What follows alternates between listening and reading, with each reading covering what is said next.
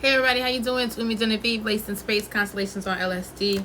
I wanted to do a quick live real quick. I just got off the live with Urban Oracles. That's a new podcast that I'll be on, a new YouTube page that I'll be on. I'll be with Aquarius Maximus, Dope Minerals, and Ty Phoenix. So I'm really excited to do this. I just wanted to do a video of appreciation. I've been doing these sessions now for 2 weeks.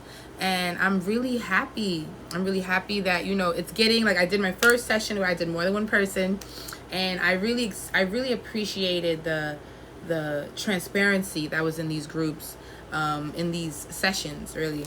And I just wanted to talk about children's charts and the importance of looking at your children's charts, especially when they get into that age of, you know, hey, how you doing? Especially when they get into that age of 7. Looking at your children's charts can help you a lot. It can help you understand your partner. It can help you understand the dynamics with your partner that you need to work on, because your children is a source. Your children is a focus point. And by looking into their charts, you'll see what dad was missing, what mom was missing, what everyone was missing within this conception. And I just really want to push out the importance of looking at your children's charts, of looking at their rising to let them to know how you and dad or you and mom came together, looking at their sun sign to see the kind of, you know, identity they need, the kind of self-esteem they need, looking at their moon to see what kind of parent they'll be, what kind of, how they took you in as a child. It's very important to look at your kids' charts, man. It's very important to understand what kind of legacy you're leaving. And these ancestral courses, these children's charts have really meant a lot to me. It gets deep in these sessions with people talking about their kids, talking about their dynamic with the other parent, and your children are portals to understanding yourself and understanding what may have went wrong and what can go right with the other parent and what karmas they have. It's very important that we know what kind of partners we're getting with, know what kind of circumstances we're having children in, because you don't want to give your children burdens that they didn't ask for. So really be careful in how you and what kind of energy you conceive in, and what kind of energy you procreate in, however it may be, because your children will hold that. Your children will struggle with that. Your children will deal with the things that you were trying to deal with while you were conceiving them. So I want to go down the signs of kids and what a parent should do with the sun, with this sun sign, with this rising, with this moon. For parents, look towards your children's moons, because that's where they're most vulnerable. That's where they need the most nurturing. That's where they need the most acceptance within their moon. Taurus exalts the moon, Venus is exalted in Pisces. When you're looking at your child's moon, you know exactly where their vulnerabilities sit. So I'm going to start off with the signs, and we're going to go down. And these are just some tips that I'm going to give to parents with children with certain signs. So we're going to start off with Aries and Libra. Aries energy and Libra energy, you already know it's about an identity thing. Sun exalted in Aries, Sun fall in Libra. So you already know with this kid, this is an identity factor. Maybe you as a parent over-identified with the other parent. Maybe you based the conception on the fact that you are with the other parent. And now this puts the child in a basis of trying to figure themselves out in a relationship and out of a relationship, in a friendship and out of a friendship.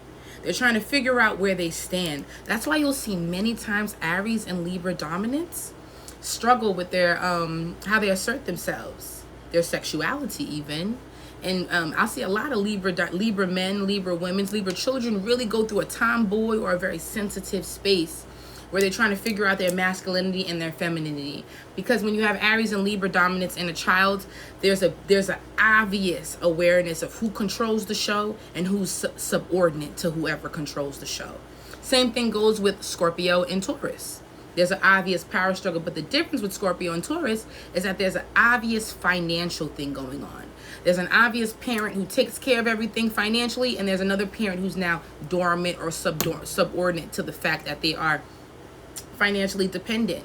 So just looking at Aries, Mars, and Venus energy is all about submit, assert. Submit, assert. So if you have an Aries and Libra child, you have to teach them how to have a backbone. You have to teach them how to stand up for themselves. You have to teach them to understand that, it's a give and take in this life. Because that's probably something you struggled with, where you stand as your persona versus where you feel like you fit in with Aries and Libra. That's why you'll see many times with Aries and Libra children, they can feel like they're bullied. They can feel like they have to be very defensive. They can be they can really be children who suffer from anger management, Libra and Aries children. And it's because they don't really know where their identity sits in the relationship. They didn't see a good back and forth between you and dad, you and mom. So you got to teach them that. You got to teach them how to stand up for themselves. You got to teach them how to really come into their identity and then make friends off of that. Taurus and Scorpio energy is the same factor, but it's now dealing with resources. When you have Taurus and Scorpio children, they probably came during a time where you were figuring out, should you have the kid?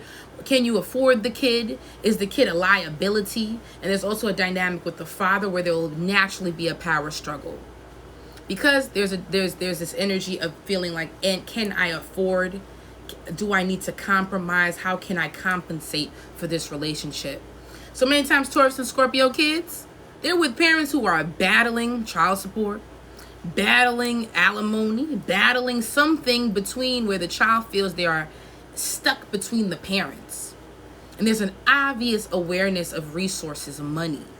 These kids can sometimes feel like, man, I get my own job. When I get my own resources, I won't have to see these arguments. I won't have to see these back and forths. So many times you'll see Taurus and Scorpio kids be very quiet, reclusive to themselves, because they're trying to program why they're always caught up in the middle of something financial, something resourceful. You got to help these kids because these kids will really pay for love. You'll meet a lot of Scorpio and Tauruses who have paid and feel like they need to be in debt to their lovers because that's what they saw growing up. And specifically with Scorpio children, there's always some sense of, scandal going around. So Scorpio children will kind of will definitely see maybe a infidelity issue in childhood, an obvious sexuality issue with some parent or some indulgence issue, and definitely money issues. Scorpio children or Taurus children will see that. Now with Gemini and Sagittarius children, it's all about education. Many times Gemini and Sagittarius children come from teen parents, come from parents who are going to school and decided to quit school and now have the child, or maybe they have the child in a state that's not home to them. There's something about the child needing to expand themselves, needing to kind of figure out this self-discovery, because when the parents had them, they were still trying to discover themselves.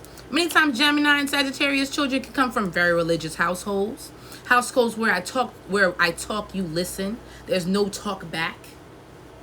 And these kids now they move far away from you. They go far away to school because they need to figure out their need of, self-discovery. Gemini and Sagittarius kids are sometimes the most anxious kids, and really the kids that you should really watch when it comes to, mental health. Because they're very anxious children because they weren't allowed spaces to question their parents. You'll see many times Gemini and Sagittarius kids can't talk to their parents, struggle with speaking to their parents, or have a dynamic where they feel like they must talk to their friends or outside sources instead of their parents. So when you have Gemini and Sagittarius kids, give them an open space to talk. Give them an open space to question you, to question themselves, question their existence. If not, you are really, really building anxious kids who can't really process their own mentalities. And they'll do very, mutable things. Outlandish. And remember, Sagittarius, Gemini, they either learn by life or by law. That's why many times you'll see Sagittarius or Gemini kids end up in the system in some sort of way, or feel like they need to go into some sort of therapy, systematic understanding so they can find a better way at, deciphering life. Very anxious children when you have mutable kids. You probably had them during an anxious time, moving from place to place, maybe not really settling a home, and now you have Gemini and Sagittarius kids. Now Cancer and Capricorn kids. Cancer and Capricorn kids are ancestral. They are your parents. When you have Cancer and Capricorn kids, think of them being kids who came here to take care of you. Because many times when you have Cancer and Capricorn kids, you weren't ready to have them. You were still trying to go through your own maturity. your own self-development, your own self-discipline. So when you have Cancer and Capricorn kids, give them the respect they deserve, because they came through during a time where you probably were not ready for them. And you probably leave during a time when they're not, when you still may feel like you left them hanging. Cancer and Capricorn kids are ancestral placements. Many times they're very close to a grandparent because their actual parent is not really, not ready yet.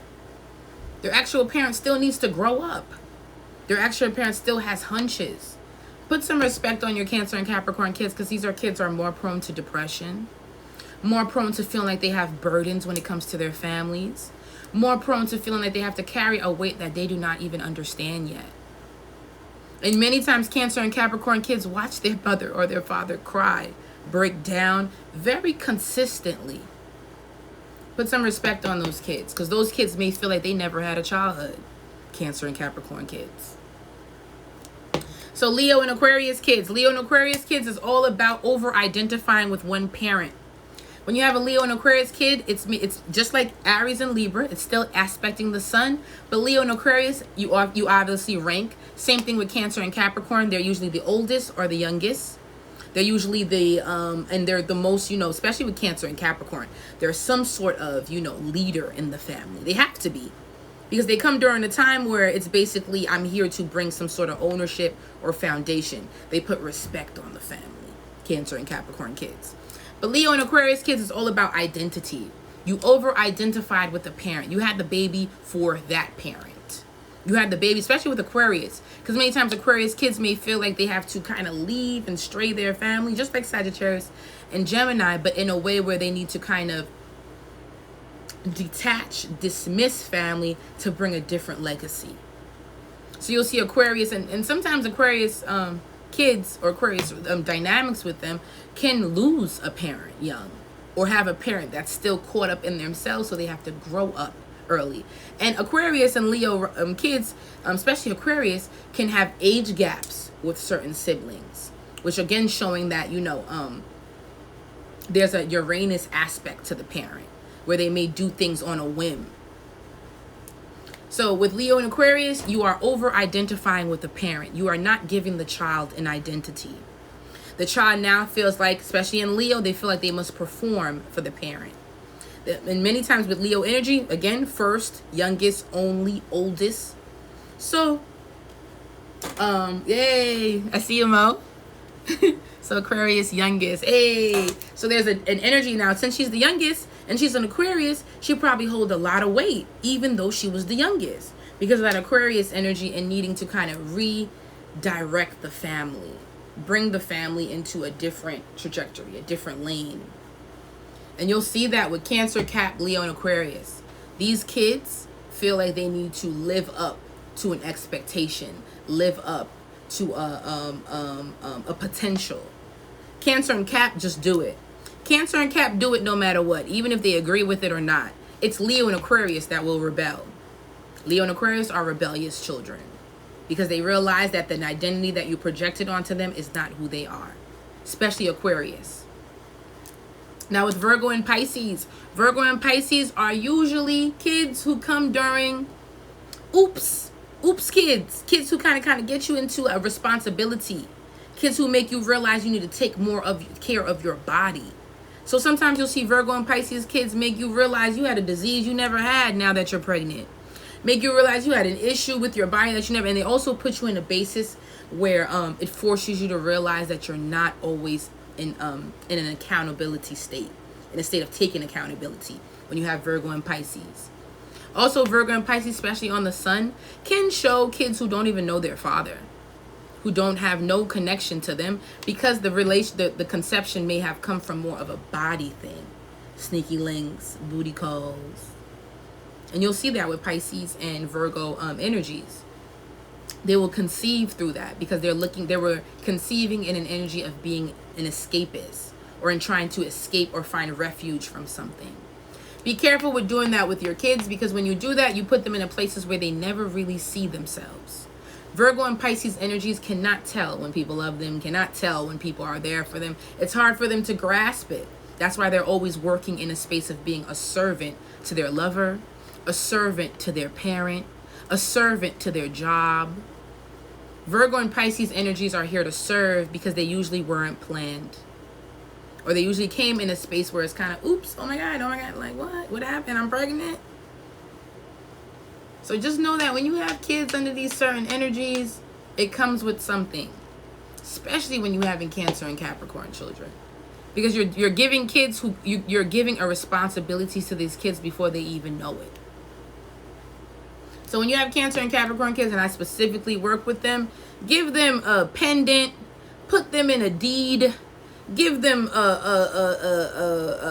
give them a whole life insurance plan, give them something with Cancer and Capricorn kids, because you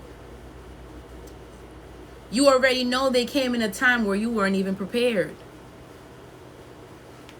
Especially those kids. I feel for Cancer and Caps, because they have to keep it together because they know that their family depends on it. And also Virgo and Pisces, because they didn't even ask to be here, and you bring them based on your sensations.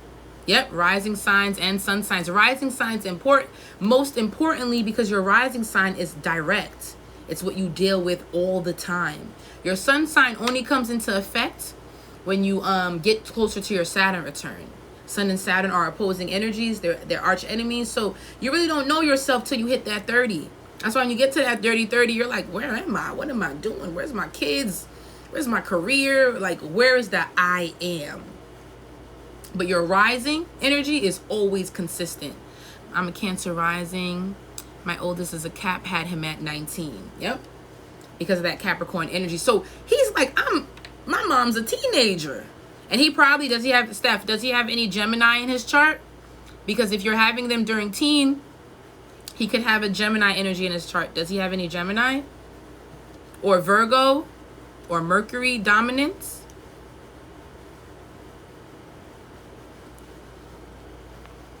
To you, Steph, dang, I'm all cardinal.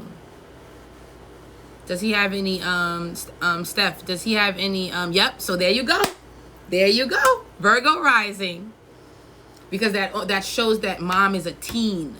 Mom is young. And then since it's Virgo, he's a Virgo rising, he came during the time where, Virgo, you were trying to figure out your body, figure out your sensations. Virgo the Virgin. Virgo, like the Virgo energy of really getting into that physical. So since he's a Cap in Virgo, he also will come with that. He will have to learn his own body consciousness. He'll have to come into his own understanding of, how he feels physically. And since he's a Saturn baby, his karmas are learning how to monitor his sensations. Oh, set Virgo energy, Virgo sun, Sag rising. So now there's a Mercury and a Jupiter. He made you responsible because he gave you that Mercury energy, Virgo, getting more routine. And he also gave you that Sagittarius energy, learning. He probably got you to get back in school. He probably got you, your second child got you to like leave or move or expand yourself in some way. And because he has a Sagittarius rising, there was probably more of a compatibility with the father at this point. Because Sag on the rising, fire and fire likes each other. And the basis there. Because of Sagittarius on the rising, there has to be some sense of communication dynamic that you shared with the father. Virgo energy probably threw you out of the loop because it's Mercury on the rising. You were very anxious with your Capricorn sun. There was an anxiety there. You wanted father to be a little bit more responsible with what he was doing. Because Virgo's on the rising. It makes the rising too nervous. Because it's young. So just coming into that basis. Every rising, your child's rising is how you and the other parent come together and project the relationship. Yep. The children are our greatest teachers. Yep. Our children sit in our 5th house. The 5th house energy, if you go into Vedic, is about, our past life.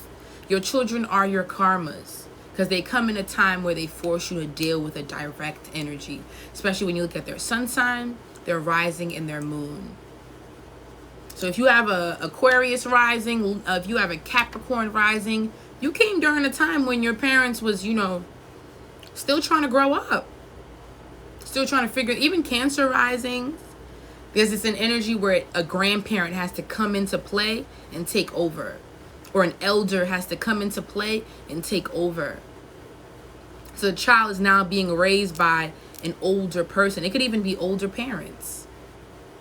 But when you do that to your child, you now make them boss babies. You make them little kids who have to think like adults. And you kind of stump their growth because they're not allowed to express themselves in a childlike way. That's why it's very important that you don't have kids in stressful periods. And naturally, when your kid has a Capricorn moon, Aquarius moon, you must be going through some sort of postpartum depression. Mom is going through something where she felt like she wasn't ready yet. So it's very important that you watch what you make, what kind of energy you put your children in. Yep, Cancer rising, my grandmother raised me. Natural energy. Now, since you're a Cancer rising, your grandmother raised you, you will always feel like you're a lifetime removed. Many times you'll see Cancer risings, Capricorn risings, energies like Saturn. Love old school music. Love them old school vibes. Love old, like have a dynamic where they like people that's not really in their age group. And it's because they came in a time where their parents were still probably a baby or still trying to figure out their own potentials. You really set your kids, you put a lot on your kids when you do that. You really do. You put a lot on your children when you give them Cancer, Capricorn energy. Yeah, they're boss babies, but it's at a price. It's at a price where they feel like they need to hurry up and grow up. Why? Libra rising, and every great grandparent I had on both sides raised me. Libra rising is a Saturn dynamic. So since it's a Saturn dynamic, Libra energy is the same way. Libra energy actually is like a Cancer and Cap. The only difference with Libra dynamics is that it's more based on relationships.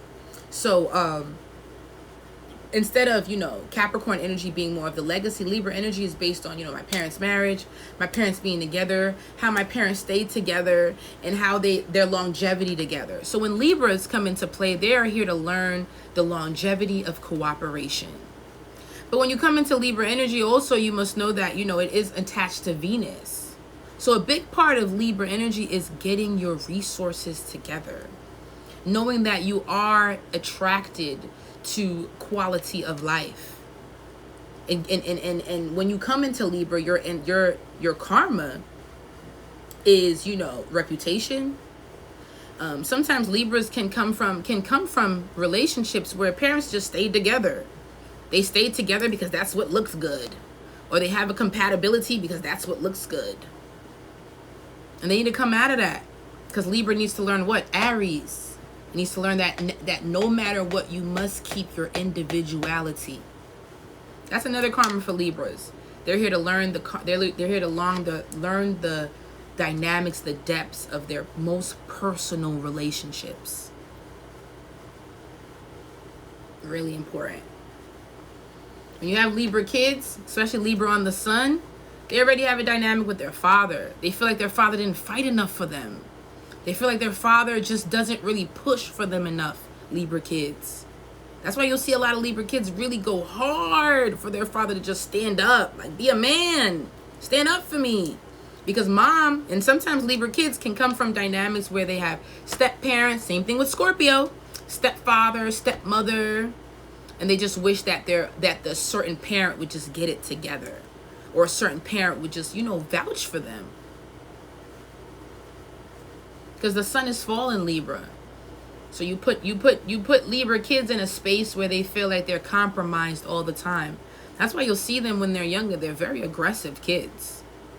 Because they feel like they're not always, defended. Same thing with Aries.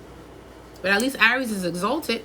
They figure it out themselves. Libras will stay in codependent situations until they finally learn to stand on their own. And that's because they saw a parent that was codependent. And the parent probably stayed because of nice things, sexuality, money, whatever it may be. Now, Leo parents, they objectify their child because they project their own potentials and their identity on the child. So when you have Leo parents, many times Leo parents will produce rebellious children. Because what happens when you're a Leo rising? Again, you're either the oldest when you're a Leo, youngest, only, first. So there's everybody waiting for you. We can't wait till this Leo baby come. We can't wait till this Leo baby change our lives. We can't wait till this Leo baby expands us into some sort of, reputation. And that makes the child now feel like they have to consistently perform for you. The child feels like every time they come into this area, they have to like start tap dancing, doing all types of theatrics for you. So their self-esteem is compromised. And then when they hit the Saturn return, they're in complete shambles because they hit that Aquarius energy. They don't know who they are. Leo and Aries will share that because they usually are a performer or some sort of, leader of the family, but in a way where it's more theatrics. Cancer and Capricorn are really the head honchos because they're the ones that are, they can be neglected children, Cancer and Capricorns. They can feel like the kids that always have to be responsible. The kids that always have to think mature for a certain parent. So those are the head honchos. My mom is in her second Saturn return and still looking for her place. My Leo child. Is your Leo child where do they rank? Are they the oldest, the youngest, the only, the first? What's their rank?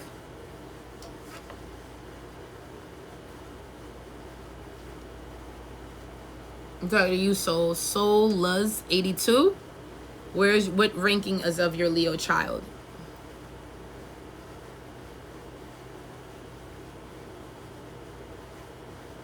Okay, yep. So yes, my husband is a Cap son and the oldest. Yep, oldest by 11 years. Yep. Capricorn, Cancer, Leo, Aquarius. These kids rank in family. Let it be through their personalities that makes them stick out, or actually being the oldest, the youngest, the only. Aquarius, and this is just a cheat code. When there's an Aquarius dominance in the chart, there's age gaps.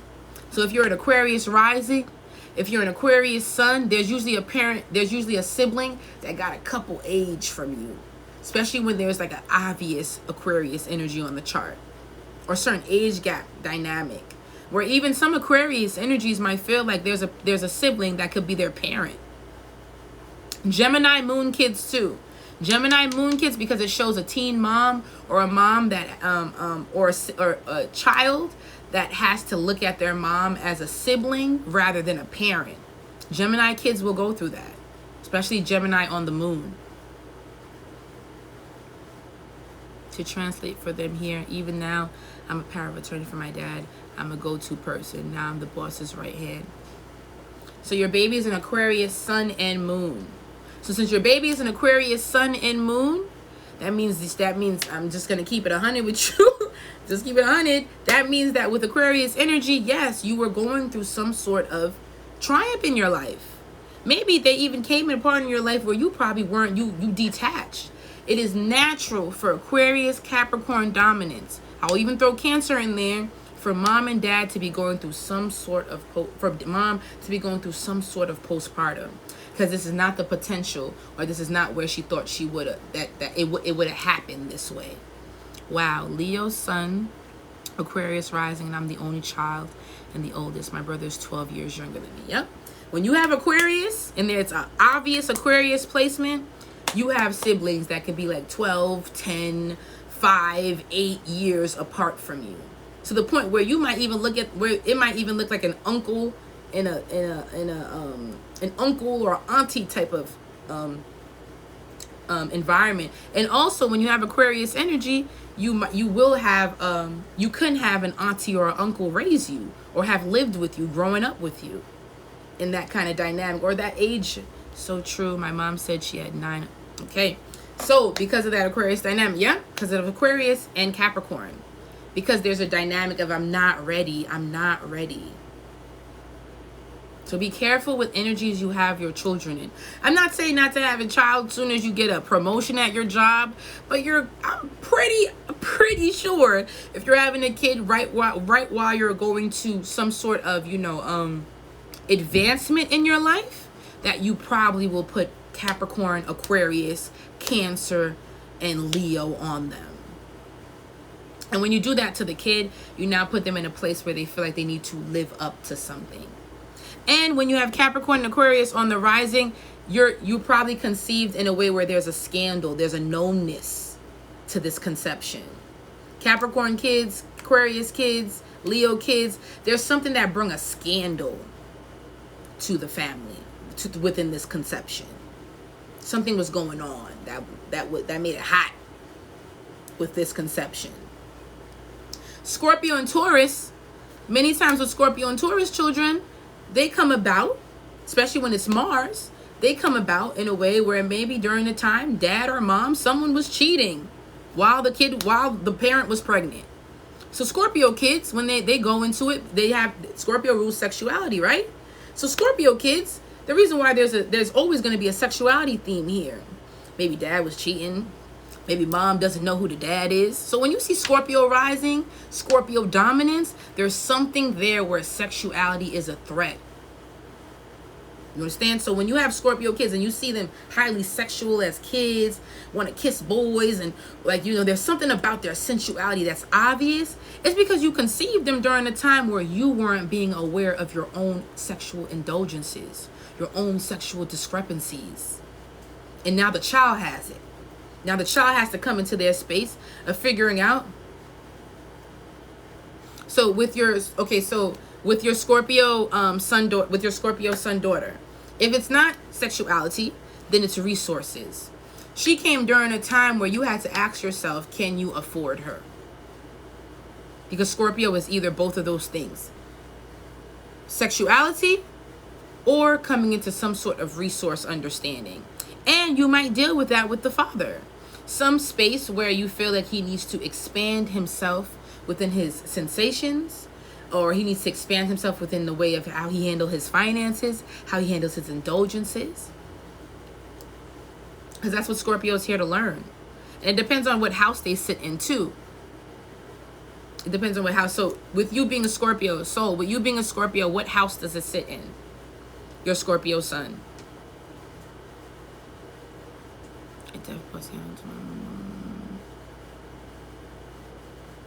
So what, you said you're a Scorpio sun, what house does it sit in?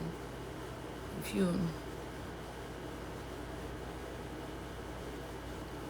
So that's Scorpio dynamic. Scorpio is resources, sexuality, and power struggles. There's something around the conception where this child is going to feel themes revolving around that, where their assets lie. Because usually when a Scorpio child comes about, there might be one parent that feels like they need to carry the other parent or be able to afford the other parent. Or there's something where there's a sexuality dynamic going on, where there's still issues dealing with where our sensations, our comforts lie. And then going into the dynamics of also Mars energy. Many times Scorpio energy can come, Scorpio children may come from one side of the family feeling like you're not ready to have this baby. You're, especially Aries too. When you have a Scorpio and a Aries child, there's usually someone that feels like you shouldn't do this. Especially because you're not financially ready, because you're not in a space where you can literally afford the child. And Mars is all about protecting. So Scorpio and Aries children, they come out fighting because they usually come from bases where maybe the parent couldn't afford the child. So they were like, you know, and remember Scorpio sexual reproduction. So sometimes Scorpio children could be children that parents might have questioned aborting them. That's like, why would a Scorpio kid be so intense? Why would Scorpio have such an intensity? Because when you're having this child, you're probably at some sort of transformation in your life. And if you are a Scorpio, you will always meet people at some sort of transformation in your life. Either they're just getting out of some terrible relationship, either they're just getting out of some money struggle, either they're just getting out of something that is traumatic. That's why you gotta be careful with how you have, like, what kind of timing you're having these children in. Because it's gonna show up in their charts. Sorry, I got kicked off. I'm an 8th house Scorpio. Okay, so you're 8th house Scorpio. So you're Aries. You could be an Aries or a Pisces rising. And then you have an 8th house Scorpio sun. So you are naturally something of scandal. Something where you were, someone felt like you were a debt. You were to another parent. You owe me this baby, or you owe this baby in some way. I met my Scorpio sun fiance when his Leo mom passed away. Yep. Whenever you come into contact with platonic energy, you are going through some sort of crossroads in your life. So when you have a platonic child, you are putting them in place to always be ready to deal with someone's pain. Because that's what they're built on. Some sort of depth. They're always looking for some sort of depth within others and themselves. Yeah. So honestly, I feel like it's inevitable. I feel like no matter what, life is Saturn. No matter what, life is going to give you a lesson. And whatever child you have, and in whatever order it's in, is your story. So you start from the first child to the last child, and it'll tell you the exact story of your life and the other parent's life.